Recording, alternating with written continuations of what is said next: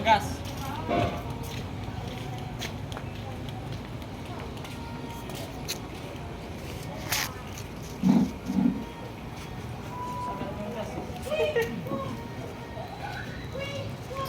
Naka-play yan.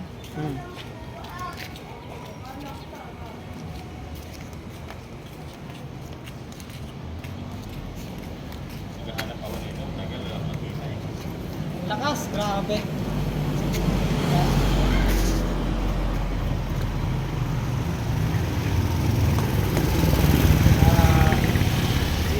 KR tayo dito sa loob. Restore talaga. Sarap i-restore na ito. Dalawang araw na nga nauubos ko eh.